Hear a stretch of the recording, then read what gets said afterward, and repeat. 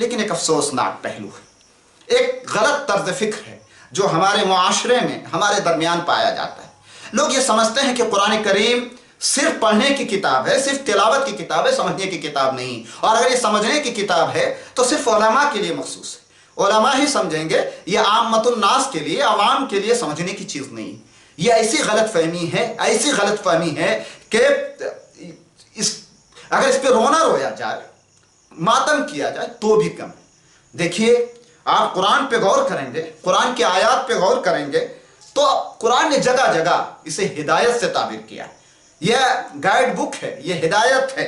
چنانچہ قرآن کے نزول کا بنیادی جو مقصد ہے وہ ہدایت ہے، یعنی یہ لوگوں کے لیے ہدایت ہے۔ ہدی للناس، ہدی للمتقین، ہدی و ذکر و رحمت للمؤمنین۔ جگہ جگہ اللہ تعالیٰ نے سورہ یونس میں آیت نمبر 57 میں اللہ تعالیٰ نے کہا، یا ایھا الناس قد جاءتکم موعظۃ من ربکم وشفاء لما فی الصدور وہدی و رحمت للمؤمنین۔ اے لوگو، تمہارے پاس ایک وعظ نامہ، ایک نصیحت کی کتاب آ چکی ہے جو تمہارے لیے رحمت بھی ہے، ہدایت بھی ہے، نصیحت بھی ہے تمام مومنین کے لیے۔ اور پھر اللہ نے فرمایا، کتاب انزلناہ الیک مبارک لیدبروا آیاتہ ولیتذکر اولو الالباب۔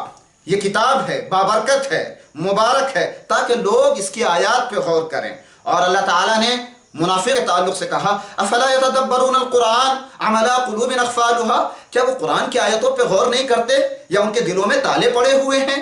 اور قرآن نے سورہ قمر میں 4 مرتبہ دہرایا، وَلَقَدْ يَسَّرْنَا الْقُرْآنَ لِلذِّكْرِ فَهَلْ مِن مُدَّكِرٍ۔ ہم نے قرآن کو نصیحت کے لیے آسان بنایا ہے، بڑے ہی شفقت کے انداز میں، بہت ہی پیارے لہجے میں قرآن نے کہا، فَهَلْ مِن مُدَّكِرٍ، ہے کوئی سمجھنے والا، ہے کوئی نصیحت حاصل کرنے والا؟ لیکن افسوس کی بات ہے کہ ہم لوگوں نے یا ہمارے معاشرے میں ایسا سمجھا جاتا ہے کہ قرآن صرف چند لوگوں کی کتاب ہے یا چند لوگوں کے سمجھنے کی کتاب۔ ایسی بات نہیں۔ دیکھیے، قرآن جہاں نازل ہوا تھا وہ عرب تھے، وہ قرآن کو سمجھنے والے تھے۔ چنانچہ ایک موقع سے ابو داؤد کی حدیث ہے، عبداللہ ابن عمر رضی اللہ تعالیٰ عنہ آپ صلی اللہ علیہ وسلم کی خدمت میں حاضر ہوئے اور آپ سے پوچھا، اے اللہ کے رسول، میں قرآن کریم کو کتنے دنوں میں ختم کروں؟ اللہ کے رسول نے فرمایا، 1 مہینے میں۔ وہ برابر سوال کرتے رہے، رسول اللہ صلی اللہ علیہ وسلم سے پوچھتے رہے، رسول اللہ صلی اللہ علیہ وسلم کم کرتے رہے، یہاں تک کہ رسول اللہ صلی اللہ علیہ وسلم نے کہا 1 ہفتے میں ختم کرو۔ آخر میں حضور صلی اللہ علیہ وسلم نے ایک بہت ہی معنی خیز جملہ کہا۔ کیا کہا؟ لا يفقه من قرأ القرآن في اقل من 3، کہ وہ قرآن کریم کو سمجھ نہیں سکتا جو 3 دنوں سے کم میں قرآن کو ختم کرتا ہے۔ آپ ذرا اس حدیث پہ غور کیجئے اور حدیث کے الفاظ پہ غور کیجئے۔ یہ حدیث ابو داؤد کی ہے 1390۔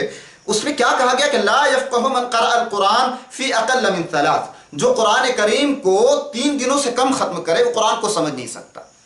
بولنے والا حضرت عبداللہ ابن عمر، سوال کرنے والا عبداللہ ابن عمر، جواب دیا جا رہا رسول اللہ صلی اللہ علیہ وسلم کی زبان سے۔ وہ قرآن کو جب پڑھتے تھے، تلاوت کرتے تھے تو وہ سمجھتے تھے، لیکن اللہ کے رسول نے اسے اجازت نہیں دی ایک عربی کو جو جملوں کے پڑھنے کے ساتھ، آیات کو پڑھنے کے ساتھ قرآن کو سمجھتا، لیکن اللہ کے رسول نے اسے اجازت نہیں دی کہ آپ قرآن 3 دنوں سے کم میں ختم کریں۔ لہذا ہمیں ضرورت اس بات کی ہے کہ یہ کتاب ہدایت ہے، اسے ہدایت سمجھا جائے، ہدایت کی کتاب سمجھا جائے، اس سے نصیحت حاصل کی جائے اور اسے ایک گائیڈ بک بنایا جائے۔ اس کے لیے بہت زیادہ علم کی ضرورت نہیں ہے، کیونکہ قرآن جس معاشرے میں نازل ہوا تھا، وَالَّذِي بَعَثَ فِي الْأُمِّيِّينَ رَسُولًا مِّنْهُمْ، قرآن جو نازل ہوا تھا وہ امیین میں نازل ہوا تھا، ناخواندہ لوگوں میں نازل ہوا تھا، ان پڑھ لوگوں میں نازل ہوا تھا، اور پھر قرآن کریم کو ان لوگوں نے سمجھا۔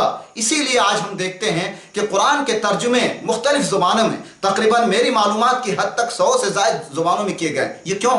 یہ عامت الناس کے لیے، یہ علماء کے لیے نہیں، یہ عوام الناس کے لیے، تاکہ وہ قرآن کو سمجھیں، قرآن سے قریب ہوں اور قرآن کو ہدایت کی کتاب بنائیں، اس کے مطابق زندگی گزاریں اور اللہ کے کلام سے ان کا تعلق پیدا ہو۔